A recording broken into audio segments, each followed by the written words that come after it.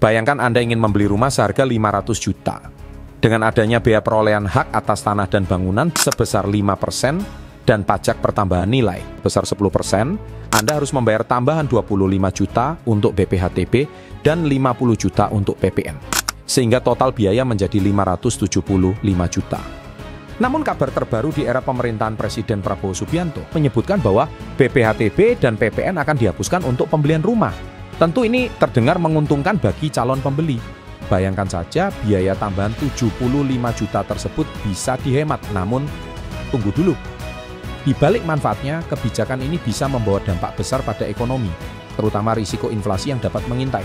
Bagaimana mungkin kebijakan yang bertujuan meringankan beban masyarakat bisa menjadi jurang menuju inflasi? Apakah kebijakan ini akan berbahaya bagi Gen Z yang semakin sulit membeli rumah karena harga properti yang terus naik? Mari kita bahas lengkap di sini.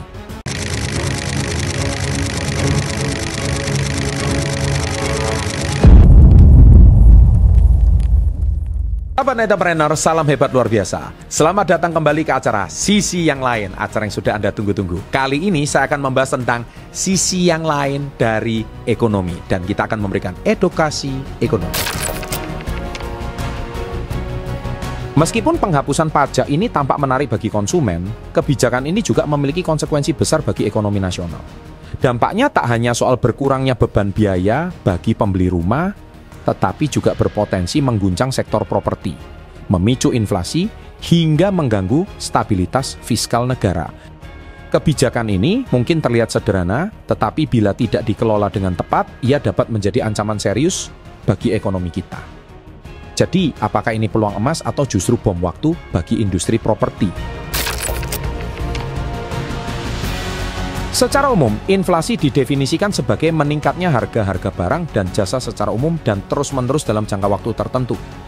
Fenomena ini dijelaskan dalam pandangan ekonomi klasik tentang hukum interaksi uang beredar oleh Irving Fisher. Menurutnya, kegiatan keuangan yang tidak dimonitor dengan baik, seperti peningkatan permintaan tanpa diimbangi penawaran atau pencetakan uang berlebih, dapat berdampak buruk bagi perekonomian nasional.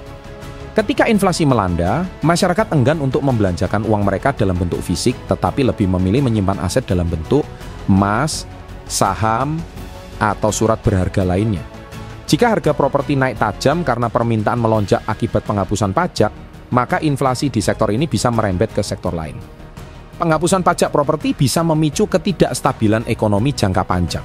Contohnya, krisis ekonomi di Jepang pada 1980-an, dan krisis subprime mortgage di Amerika Serikat pada 2008. Kedua krisis tersebut diakibatkan oleh kenaikan tajam harga properti tanpa pengawasan ketat yang akhirnya memicu gelembung ekonomi dan resesi. Menurut berita terbaru, Prabowo Subianto berencana membangun 3 juta unit rumah per tahun selama masa kepemimpinannya 2024 sampai 2029. Dalam acara Propertinomik, Prabowo menyatakan bahwa 2 juta unit diantaranya akan dibangun di desa oleh kontraktor kecil, UMKM, koperasi, dan BUMDes. Ini bertujuan untuk memberdayakan pengembang kecil dan menengah, serta masyarakat lokal. Namun, Ketua Umum DPP, RI Djoko Suranto memberikan catatan bahwa tanpa perubahan metode yang signifikan, target ini mungkin sulit tercapai, mengingat angka backlog pasokan rumah mencapai 12,7 juta unit dan tidak banyak berubah dalam 10 tahun terakhir.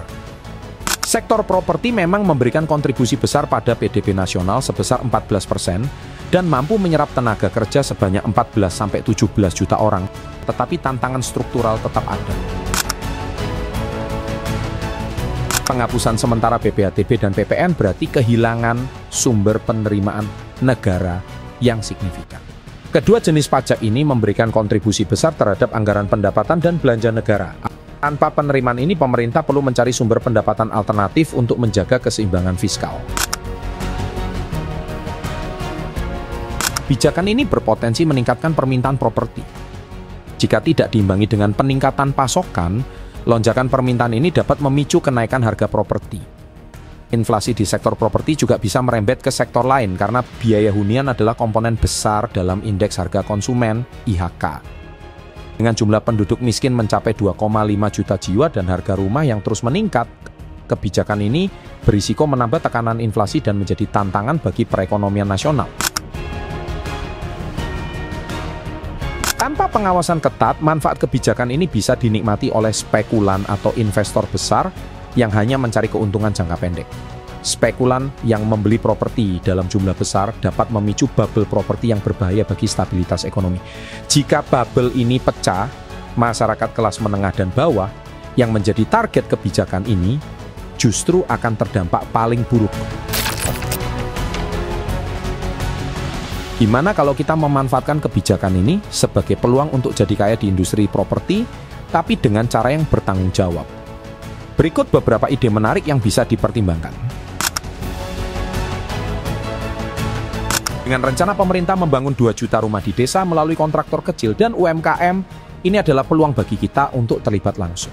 Bagi yang memiliki keahlian atau modal, bisa bergabung atau membentuk koperasi pembangunan perumahan. Dengan penghapusan pajak, biaya pembangunan bisa ditekan, sehingga harga jual lebih terjangkau bagi masyarakat desa. Inovasi dalam teknologi konstruksi. Manfaatkan momentum ini untuk mengembangkan teknologi konstruksi yang efisien dan ramah lingkungan. Misalnya, penggunaan bahan bangunan alternatif atau metode konstruksi modular yang dapat mempercepat proses pembangunan dan menekan biaya. Pengembangan startup properti berbasis teknologi. Ciptakan platform digital yang menghubungkan pemerintah, kontraktor kecil, dan calon pembeli secara transparan. Dengan demikian, proses pembangunan dan penjualan rumah dapat dipantau secara real-time, mengurangi risiko penyelewengan, dan memastikan proyek tepat sasaran. Edukasi dan pelatihan tenaga kerja lokal.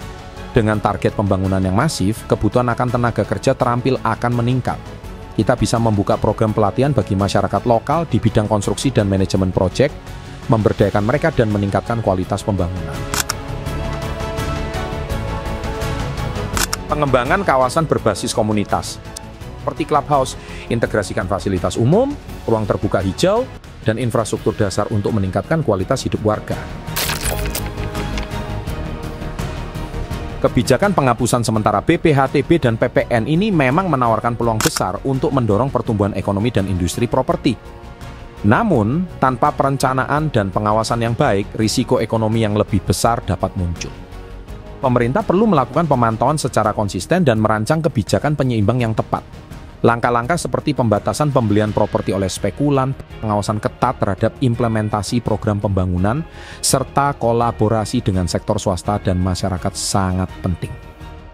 Bagi kita, ini adalah kesempatan emas yang harus dimanfaatkan dengan bijak. Jika benar terjadi penghapusan pajak, pertimbangkan untuk berinvestasi di properti yang memiliki nilai jangka panjang dan berkontribusi positif bagi masyarakat. Namun, ingat bahwa tidak semua properti akan memberikan keuntungan. Kita perlu selektif dan memahami dinamika pasar. Jadi apakah kebijakan ini peluang atau ancaman? Semua tergantung bagaimana kita menyikapinya. Yang jelas industri properti sedang memasuki babak baru dan ini saatnya kita mengambil peran. Nah, demikian para sahabat SP30 setelah Anda mendengarkan acara sisi yang lain. Semoga dari acara sisi yang lain ini Anda bisa melihat dari sudut pandang yang berbeda daripada media-media lain yang Anda tonton, yang viral, yang banyak, tapi belum tentu ada esensi edukasinya. Bukan channel Success Before 30 namanya, kalau tidak selalu menyelipkan unsur edukasi supaya membuat Anda level up. Semoga acara sisi yang lain ini bisa membuat Anda lebih cerdas dan menjadi Anda luar biasa. Oleh sebab itu kita tutup dengan salam kita, salam hebat, luar biasa.